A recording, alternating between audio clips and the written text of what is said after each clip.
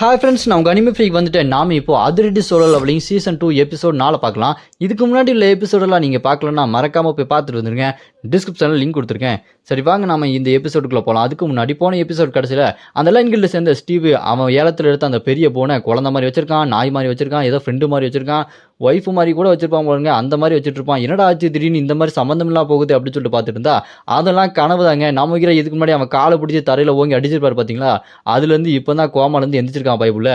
அதோட அந்த எபிசோட் முடிஞ்சிருக்கும். வாங்க நம்ம இந்த எபிசோட்ல என்ன நடக்குதுன்னு பார்க்கலாம். இந்த எபிசோட் ஸ்டார்டிங்ல அந்த ஸ்டீவ் கண்ண முடிச்சதுக்கு அப்புறம் அவனோட கேப்டன் ஆலிவர்லாம் இருப்பான். அவங்ககிட்ட டே எனக்கு என்னாச்சு அப்படின்னு சொல்லிட்டு கேட்டனே, அவனுங்க லியோ தாங்க உங்களை அடிச்சாரு அப்படின்னு சொல்லாம அதுக்கு பதிலாக அந்த 1000 ஹேண்ட்ஸ் இருக்கு பார்த்தீங்களா ஆக்டோபஸ், அது தாங்க உங்க அட்டாக் பண்ணிச்சு, அதனால நீங்க மயங்கிட்டீங்க அப்படின்னு சொல்லிட்டு போய் சொல்லிட்டு முடிச்சுட்டு இருப்பானுங்க. அதை பார்த்து ஸ்டீவ் என்னது இவனுங்க ஒரு மாதிரி முடிச்சுட்டு இருக்கானுங்க, டே உண்மையா சொல்லுங்க. சரி அதெல்லாம் இருக்கட்டும், என்னோட அந்த பெரிய எலும்பு எங்க, அது எனக்கு வேணும் அப்படின்னு சொல்லும்போது அதை கேட்டு ஆலிவர் அவன் கூட இருக்கணும், என்னடா இருந்தாலும் தெரிந்தே மாட்டான், எலும்புன்னு என்னமோ நாய் மாதிரி பண்ணிட்டு இருக்கானே அப்படின்னு சொல்லிட்டு கடுப்பாயிட்டு அவனுக்குள்ள பேசிட்டே இருக்கும்போது அந்த இடத்துல ஒருத்தன் ஓடி வந்து அண்ணே உங்களுக்கு தெரியுமா, அண்ணே உங்களுக்கு தெரியுமா அப்படின்னு சொல்லிட்டு கேட்கும்போது ஆலிவர் டே சொன்னாதான் தெரியும் சொல்லுடா அப்படின்னு சொல்லிட்டு கேட்டோன்னே அங்க பாருங்க லியோவும் அந்த ஓட்டர்ஸும் சேர்ந்து அந்த மிகப்பெரிய சிவப்பு தவளையை கொண்டுட்டானுங்க. அதுல இருந்து ஆத்மா எல்லாமே திரும்ப மக்கள்கிட்ட போயிட்டு இருக்கான், நியூஸை பாருங்க அப்படின்னு சொல்லும்போது எல்லாருமே நியூஸை பார்ப்பானுங்க. நியூஸ் ஃபுல்லா இதே தான் போயிட்டு இருக்கும், லியோவும் ஓட்டர்ஸும் சேர்ந்து அந்த தவளையை கொண்டுட்டாங்க, ஆத்மா எல்லாம் மக்களுக்கு திரும்ப போயிட்டு இருக்கு அப்படின்னு சொல்லிட்டு நியூஸ்ல ஓடிட்டு இருக்கும். அது எல்லாத்தையுமே பார்த்துட்டு இருக்கும்போது அப்படியே கட் பண்ணா இன்னொருத்தன் எவனோ ஒருத்தன் பெரிய பங்களால இருந்து அந்த நியூஸை பார்த்துட்டு இருப்பான். யாருன்னு பார்த்தா அந்த மஞ்ச மட்டை இருக்கான் பார்த்தீங்களா அவனோட அண்ணன். அவன் இங்கே அவன் தம்பிக்கிட்ட பேசிட்டு இருப்பான், டே உனக்கு கொஞ்சம் கூட அறிவே இல்லையா, போய் அந்த ஓட்டர்ஸோட பையன் ஜே கிட்ட அடி வாங்கியிருக்க, நீ எல்லாம் எதுக்கிட்ட அந்த ட்வின் கில்ல போய் சேர்ந்திருக்க, பெசாட்டி அம்மாவோட லிப்ரா கில்ல ஏற்றி போய் சேர்ந்துருக்கலாம்ல, உன்னை வச்சு ஒன்றுமே பண்ண முடியாது அப்படின்னு சொல்லும்போது இவனோட பேர் என்னன்னா டைவோ. இவன் வந்து லிப்ரா கில்ல தான் இருக்கான், இவன் ஒரு எஸ்ரா ஹண்டர். இவன் அப்படியே பயங்கரமாக அவன் தம்பியை பார்த்து நீலாம் ஒன்றுத்துக்கு ஆக மாட்டேன், ஒரு முட்டாள்றா, உன்னையெல்லாம் வச்சுட்டு ஒன்றும் பண்ண முடியாதுன்னு சொல்லிட்டு கையில் பாட்டில் வச்சிருப்பான் பார்த்தீங்களா, தூக்கி அவன் தம்பியோட மூஞ்சிலே அடிச்சு அந்த மஞ்சள் மண்டை கீழே விழுந்ததுக்கப்புறம் அவன் அண்ணன் டைவோ அவனோட மூஞ்சிலே காலை வச்சு மிதிச்சுட்டு நீ எவ்வளோ பெரிய தப்பு பண்ணி வச்சிருக்க தெரியுமா, இப்போ அந்த ஜேவையும் கொண்டாகணும், அந்த ஹாஸ்பிட்டல் இருக்க எல்லாத்தையுமே கொண்டாகணும், இல்லைனா நம்மளோட வண்டவாளம் எல்லாம் தண்டவாளம் ஏறிடும்டா, நம்மளை பற்றி எல்லாருக்குமே தெரிய ஆரம்பிச்சிடும், அப்புறம் அவ்வளோதான் நம்ம கதையே முடிஞ்சிடும், சே உன்னெல்லாம் நம்மளை பற்றி அந்த செருப்பு கழட்டி அடிக்கணும் அப்படின்னு சொல்லிட்டு அவன் அந்த ஹாஸ்பிட்டலே பார்த்துட்டு இருப்பான். அப்படியே அந்த பக்கம் கட் பண்ணா யூரோப்பில் நம்ம ஓட்டர்ஸ் இருக்கான் பாருங்க, ஃபோன் பண்ணி அங்கே இருக்க ஆஃபீஸர்ட்ட எல்லாம் பேசிகிட்டு இருப்பான். அப்போ நம்ம ஹீரோ வந்து ஓட்டர்ஸ் கிட்ட சரி நீ சீக்கிரமாக போய் ஹாஸ்பிட்டலில் போய் உன் ஒய்ஃபை பாரு அப்படி சொல்லிட்டு இருக்கும்போது அப்படி இந்த பக்கம் இவனும் வந்துடுவான், யார் ஜே. அவங்ககிட்ட போய் நம்ம ஹீரோ டே சீக்கிரம் போடா உங்கள் அம்மாவை பார்க்க வேண்டாமா அப்படி சொல்லும்போது அதை கேட்டுட்டு ஜே ஒரு மாதிரி வெக்கப்பட்டு இருப்பான். என்னாச்சு அப்படி சொல்லிட்டு பார்த்தா ஜே அவனோட அப்பா இருக்கார் பார்த்தீங்களா ஓட்டர்ஸ், அவரை முதையா அப்பா நீங்களும் என் கூட வரீங்களா அப்படின்னு கேட்டுருவானா.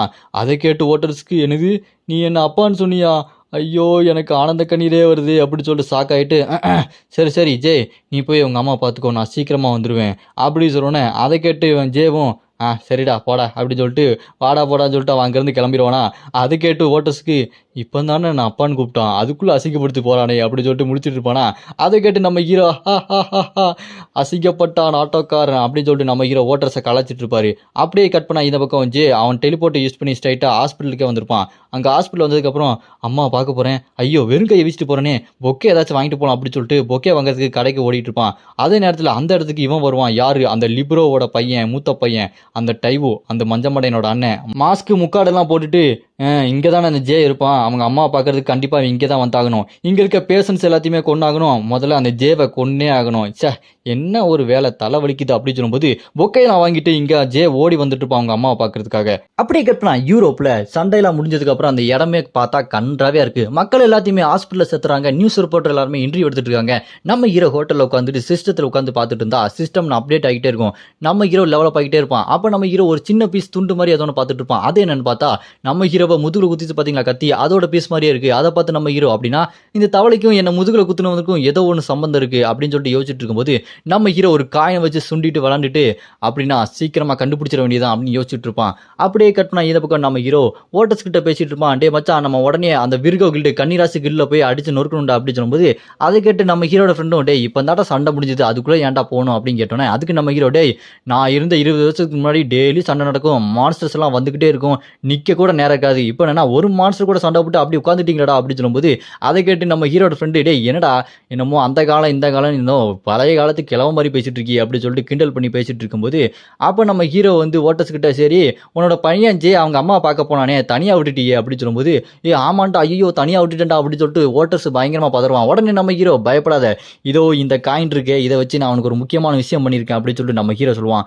அப்படியே கட் பண்ணா ஃபிளாஷ்பேக் கொஞ்ச நேரத்துக்கு முன்னாடி நம்ம ஹீரோ ஜேவை அனுப்புறதுக்கு முன்னாடி இந்த காயினை கொடுத்துருக்கான். இது என்ன காயின் அப்படின்னா அந்த பாம்பு கடவுளோட ஒரு சிசிய புள்ளையா மாத்தணும்னு சொல்லிட்டு ஒரு டாஸ்க் வந்திருக்கும் பாத்தீங்களா, அந்த டாஸ்க்கு நம்ம ஹீரோ சூஸ் பண்ணது ஜே தான். நம்ம ஜே தான் அந்த பாம்பு கடவுளுக்கு ஒரு சிசிய புள்ளையா மாறதுக்கு கரெக்டா இருப்பான் அப்படின்னு சொல்லிட்டு நம்ம ஹீரோ சூஸ் பண்ணி அவங்ககிட்ட இந்த காயினை கொடுத்துருப்பான். இந்த காயின் மூலமா அந்த பாம்பு கடவுள் இவனை சூஸ் பண்ணிச்சு அப்படின்னா இங்க அந்த ஜேக்கு பயங்கரமான ஒரு ரிவார்டு கிடைக்கும் அப்படின்ற மாதிரி சிஸ்டம் பாப்பாகி சொல்லும்.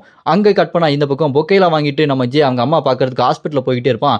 அங்க மக்கள் எல்லாம் திரும்ப உயிரோட வந்துகிட்டு இருப்பாங்க, கண்ணு முழிச்சிட்டு இருப்பாங்க. அதை பார்த்து சந்தோஷமாயி எங்க அம்மாவும் கண்ணு முழிச்சிருப்பாங்க அப்படின்னு சொல்லிட்டு உள்ள போய் பார்க்கலான்னு போவான். அப்படி போயிட்டு இருக்கும்போது அங்க இருந்த ஒரு டாக்டர் ஒருத்தன் அடிச்சு கழுத்து மேலே காலை வைக்கிறான். யாராதுன்னு பார்த்தா அது அந்த டைவு தாங்க, மஞ்ச மண்டை அண்ணன். அவங்க வந்தோன்னே அதை பார்த்து நம்ம ஜே, டே என்னடா டாக்டர்லாம் போட்டு அடிச்சிட்டு இருக்கு அப்படின்னு சொல்லிட்டு கேட்டோன்னே அதை கேட்டு அந்த டைவு, டே நீ ஒரு ஏ ரேங்கடா, நான் எஸ் ரேங்கு, என்கிட்ட நீ வச்சிருந்துருக்க கூடாது, நீ ரொம்ப பெரிய தப்பு பண்ணிட்ட, அதனால நீ சாக போற அப்படின்னு சொல்லிட்டு அட்டாக் பண்ணுறதுக்கு வேகமாக வருவான் பாருங்க. அந்த இடமே ஒரு மாதிரி பூகம்பமாய் இடிஞ்சு விழுந்துட்டு இருக்கும். அதை பார்த்துட்டு இங்கே நம்ம ஜே, டே இது ஹாஸ்பிட்டலா நிறைய பேர் இருக்காங்கடா, என்னடா கொஞ்சம் கூட அறிவே இல்லாமல் சண்டை போடுற அப்படின்னு சொல்லும்போது எனக்கு அறிவில்லையா, உனக்கு தாண்டா கொஞ்சம் கூட அறிவில்லை, நான் என்ன பண்ணுறேன்னு எனக்கு நல்லாவே தெரியும் அப்படின்னு அவனோட மேஜிக் பவர் யூஸ் பண்ணி அட்டாக் பண்ணுவான் பாருங்க. அப்படி அட்டாக் பண்ணும்போது அந்த பில்டிங்லாம் வெடிச்சு சதறிட்டு இருக்கும். அப்படியே கிட்ட யூரோப்ல அந்த government officer Virgo guild boss ஆன கெவின் கிட்ட பேசிட்டு இருப்பான். அந்த கெவின், டே நான் வந்துட்டு இருக்கேன்டா அப்படின்னு போன்ல சொல்லிட்டு இருப்பான். பார்த்தா உடனே கதவை வந்துட்டு நான் வந்துட்டேன்டா, யாரா என் ஊருக்குள்ள லியோ விட்டது, அவன் பார்த்தியா அசால்ட்டா அந்த தவளையை கொண்டுட்டான், நான் தான் அந்த தவளையை கொண்டு இருக்கணும், என் பேர் ஃபுல்லா அவன் வாங்கிட்டானே, டே லியோ திரும்ப வந்துட்டியாடா அப்படின்னு சொல்லிட்டு கதறி கதறி அழுதுட்டு இருப்பான். நான் லியோவை விட மாட்டேன், அவனை டக்குன்னு பிடிச்சி நான் கொன்னே ஆகணும், இல்லைன்னா அவன் மட்டும் தான் பேர் வாங்கிட்டே இருப்பான் அப்படின்னு சொல்லிட்டு அவன் ரொம்ப பொறாமப்பட்டு இருப்பான். அந்த பக்கம் பார்த்தா விர்கோ கில்டு சேர்ந்த ஒருத்தன் முக்காடு போட்டுக்கிட்டு இதை சீக்கிரம் முடிச்சாகணும் அப்படின்னு சொல்லிட்டு அந்த பக்கம் நடந்து போவான். அப்படி முக்காடு போட்டவங்க கூட இன்னும் நிறைய பேர் வந்துட்டு இருப்பானுங்க. இவனுக்கு எல்லாருமே விர்கோ கில்டு சேர்ந்தவன் தான். அவனுங்க எல்லாருமே தனியாக வேற ஒரு குரூப்பாக போயிட்டு இருக்கானுங்க. அப்படி ஒரு கூடாரத்துக்குள்ள போய் அந்த கூடாரத்தை திறந்து பார்த்தா நம்ம ஹீரோட ஃப்ரெண்டு ஓட்டர்ஸ், நாங்கள் 2 பேர் எங்களுக்கு பயம் கிடையாது அப்படின்னு சொல்லிட்டு மப்பை போட்டு பயங்கரமா பாடிட்டு இருப்பான்.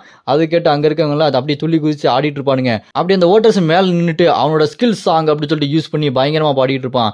அப்படியே பர்ஃபெக்டா பாடுறடா அப்படின்னு சொல்லும்போது அங்க இருக்க மக்கள்லாம் சூப்பரா பாடுறீங்க அப்படின்னு சொல்லிட்டு துள்ளி குதிச்சுட்டு இருப்பாங்க. அதை பார்த்து அந்த கன்னிராசி கில்ல சேர்ந்த அந்த ஹண்டர்ஸ், டே என்ன தைரியம் இருந்தா எங்களோட இடத்துக்குள்ள நீ வந்திருப்ப அப்படின்னு சொல்லிட்டு ஸ்வாட் எடுத்து அட்டாக் பண்ண போவானா, பட்டார்னு பார்த்தா அவன் மூஞ்சிலே யாரோ ஒரு குத்து விடுவாங்க. அப்படி குத்துன குத்துல பறந்து போய் அங்க செவுத்துல மோதி கீழே விழுந்துருவான். யாருன்னு பார்த்தா நம்ம ஹீரோ தான். நம்ம ஹீரோ அதுக்கு மேல மப்பில் இருக்கான் போல இருக்கு. அவனை பார்த்து, டேய் சாங் போயிட்டு இருக்கு, யார் அவன் உள்ள புந்து எடுத்துட்டு இருக்கிறது அப்படின்னு சொல்லும்போது அதை கேட்டு கடுப்பாயி மறுபடியும் அங்கே அடி வாங்கி கீழே வந்தான் பார்த்தீங்களா, எந்திரிச்சு அட்டாக் பண்ண வருவான். அப்புறம் மறுபடியும் ஒரு குத்து விடும். யாரா அப்படின்னு சொல்லிட்டு பார்த்தா அந்த முக்காடு போட்ட அவனோட ஆளு தான். அப்போ அந்த முக்காடு போட்டவன் அவன் முக்காடை எடுத்து காட்டினா, இவன் பேர் பெருசு, இவன் தாங்க அந்த விர்கோ கன்னிராசி கில்டோட கேப்டனு, அந்த பாஸோட கெவினோட கேப்டன் இவன் தான். ஆனால் அந்த பாஸ் இவனுக்கு சுத்தமாக பிடிக்காது. ஏன்னா அந்த பாஸ் தவளையை ஊருக்குள்ள விட்டுட்டு அசால்ட்டா வேற ஒரு இடத்துக்கு போயிட்டான். அவன் ரொம்ப கெட்டவனா இருக்கான், உடனே அவனை கொண்டுருங்க அப்படின்னு சொல்லிட்டு அந்த விர்கோ கில்டோட கேப்டன் பெருசு நம்ம ஹீரோ கிட்ட பேசுறான். அவனோட பாஸை கொள்ள சொல்லி இவனை கேட்கறான். அப்படின்னா அவங்களுக்குள்ளேயே சண்டை பயங்கரமா போயிட்டு இருக்கு.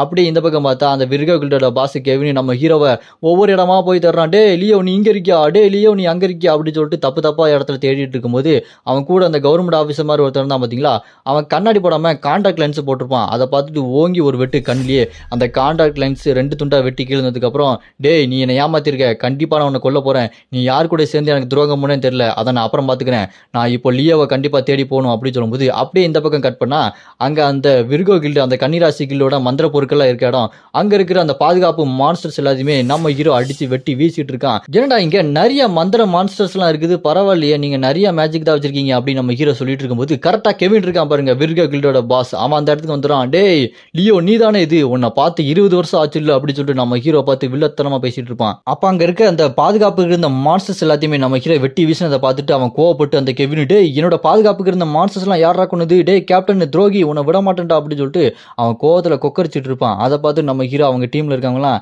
என்னாச்சு இவன் ஓவன் கத்திக்கிட்டு இருக்கான் வந்ததுலேருந்து அப்படின்னு சொல்லிட்டு முடிச்சிட்டு இருப்பாங்க.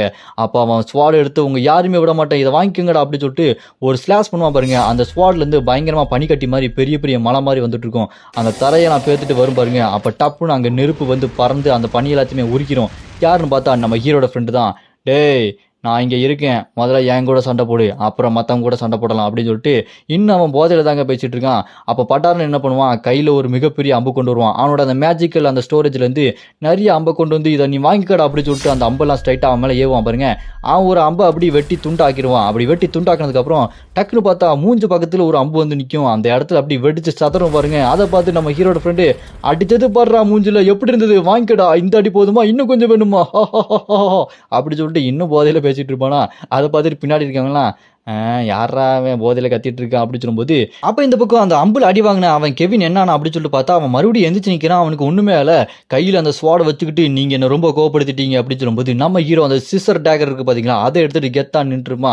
அப்ப நம்ம ஹீரோ உள்ள வந்துட்டு ஏய் நீங்க இருங்கடா நான் அவனை பாத்துக்கிறேன் அப்படின்னு சொல்லிட்டு நம்ம ஹீரோ ஸ்ட்ரைட்டா போய் அவங்ககிட்ட சண்டைக்கு போவான் பாருங்க. அதை பார்த்துட்டு அந்த கெவினும் வாடா வாடா உனக்காக தாண்டா காத்துட்டு இருந்தேன் லியோ, உன் கூட தான் நான் சண்டை போட போறேன் அப்படின்னு சொல்லும்போது பின்னாடி இருக்க அந்த ஹண்டர்ஸ்லாம் நாங்க வேணா உங்களுக்கு ஹெல்ப் பண்ணுவா அப்படின்னு சொல்லிட்டு கேட்டோன்னா இல்ல இவனை நானே என் கையால கொள்றேன் அப்படின்னு சொல்லிட்டு நம்ம ஹீரோ கூட சண்டை போடுறதுக்கு அவன் ரொம்ப ஆர்வமா இருப்பான். நம்ம ஹீரோவும் அந்த கெவினும் சண்டை போட ஆரம்பிப்பாங்க பாருங்க. ரெண்டு பேரும் நேருக்கு நேரா மோதுவாங்க. இது செம ஃபன்னா இருக்கு அப்படின்னு சொல்லிட்டு அவங்களோட வெப்பனை வச்சு நேருக்கு நேரா அடிச்சுப்பாங்க பாருங்க. அப்படி அந்த டேகரை வச்சு அடிக்கும்போது அந்த டேகரை தடுத்து நிப்பாட்டி அவனோட ஸ்வாட வச்சு திரும்ப அட்டாக் பண்ண ஆரம்பிச்சிருவான். அதை நம்ம ஹீரோ கொஞ்சம் கூட எதிர்பார்த்துக்கவே மாட்டான். அப்புறம் அவனோட ஸ்வாட எடுத்துட்டு ஒரு வீசுவான் பாருங்க. அந்த அட்டாக்ல நம்ம ஹீரோவோட அந்த சிஸ்டர் டேகர் இருக்கு பாருங்க, அது சொல்லியா நொறுங்கி போயிடும். அதை நம்ம ஹீரோ என்னடா அது நொறுங்கிடுச்சுன்னு பார்க்கும்போது ஸ்வாட எடுத்து நம்ம ஹீரோட மூஞ்சிலே அட்டாக் பண்ண வருவான். நம்ம ஹீரோ அப்படி மல்லாக்க சாஞ்சிட்டு சிரிச்சுக்கிட்டு பரவாயில்லையடா நீ இன்னும் நல்லா ட்ரைனிங் எடுத்துருக்க போல இருக்கு அப்படின்னு சொல்லிட்டு சும்மா அப்படியே தலைகீழ வச்சுட்டு நம்ம ஹீரோ காலை வச்சு ஸ்வாட்ல ஒரு கிக் பண்ணுவார் பாருங்க. அடிச்சு அடியில் அப்படியே பல்ட்டி அடிச்சு திரும்ப தூரமாக வந்து நின்றுவார் நம்ம ஹீரோ. விடாம அந்த கெவின் துரத்தி போய் நம்ம ஹீரோவை குத்துறதுக்காக விரட்டிட்டு போயிட்டு இருப்பான். விரட்டிட்டு போய் ஸ்வாடை வச்சு ஒரே ஒரு வீசு அப்படி நம்ம ஹீரோ பின்னாடி வந்துருவாரு. அந்த ஸ்லாஷ் அப்படியே தரையில பட்டு அந்த இடம் பயங்கரமா டேமேஜ் ஆயிரும். அப்ப அந்த கெவினுக்கு என்ன நடந்ததுன்னே தெரியாது. என்னன்னாச்சு பார்த்தா நம்ம ஹீரோ அந்த பெரிய சுத்தில எடுத்து அவனோட ஸ்வாடையே ஓங்கி ஒரு அடி அடிச்சிருக்காரு. அதுல அவனோட ஸ்வாடு துண்டா உடஞ்சு போயிருது, கைப்பிடி மட்டும்தான் இருக்கு. அதை பார்த்து அவன் முடிச்சுட்டு இருக்கும்போது நம்ம ஹீரோ காலை வச்சு செப்பல்ஸை வச்சு கண்ணத்திலே ஓங்கி ஒரு மிதி அடிச்சடியில் அவன் பறந்து சறுக்கிட்டே போய் நின்றுட்டு இருப்பான். நின்றுட்டு டேய் உனக்கு என்ன தைரியம் இருக்கும் அப்படின்னு சொல்லிட்டு கோவமா நம்ம ஹீரோ பார்த்து திட்டும் போது நம்ம ஹீரோ டேய் என்னடா நீ இன்னும் இத்து போன அந்த ஸ்வாடை வச்சு தான் சண்டை போட்டுட்டு இருக்கியா, உங்ககிட்ட தான் ஒரு குச்சி ஐஸ் இருக்குமே அதை எடுத்து சண்டை போடுற அப்படின்னு சொல்லும்போது அவ்வளோதானே எடுத்துட்டா போச்சு, இந்த குச்சி ஐஸை வச்சு நான் என்ன பண்ணுறேன் பாரு அப்படின்னு சொல்லிட்டு அவனோட வித்தியாசமான ஒரு வெப்பனை எடுப்பான் பாருங்க. பார்க்கும்போதே பயங்கரமாக அவன் கண்ணெல்லாம் மின்னுரும். அதை பார்த்து மற்றவங்களும் ஐயோ இதுவா அப்படின்னு சொல்லிட்டு அந்த கேப்டன் பெரிஸ் இருக்கான் பாருங்க, அவன்லாம் வாயை பொழந்து பார்த்துட்டு இருப்பான். அப்படி என்ன ஆகுதுன்னு சொல்லிட்டு பார்த்தா அங்கே சுற்றி பார்த்தா ஒரே பனியாக ஆகிட்டு இருக்கும், அந்த இடமே உறைஞ்சிட்டு இருக்கும். இப்போ என்னோட வெப்பனை நான் எடுக்க போகிறேன் தயாராரு அப்படின்னு சொல்லிட்டு அந்த கெவின் அவனோட ஸ்வாடு எடுத்தா அதை பார்த்தா அந்த ஸ்வாடு அதை சுற்றி பயங்கர ஐஸாக இருக்குது.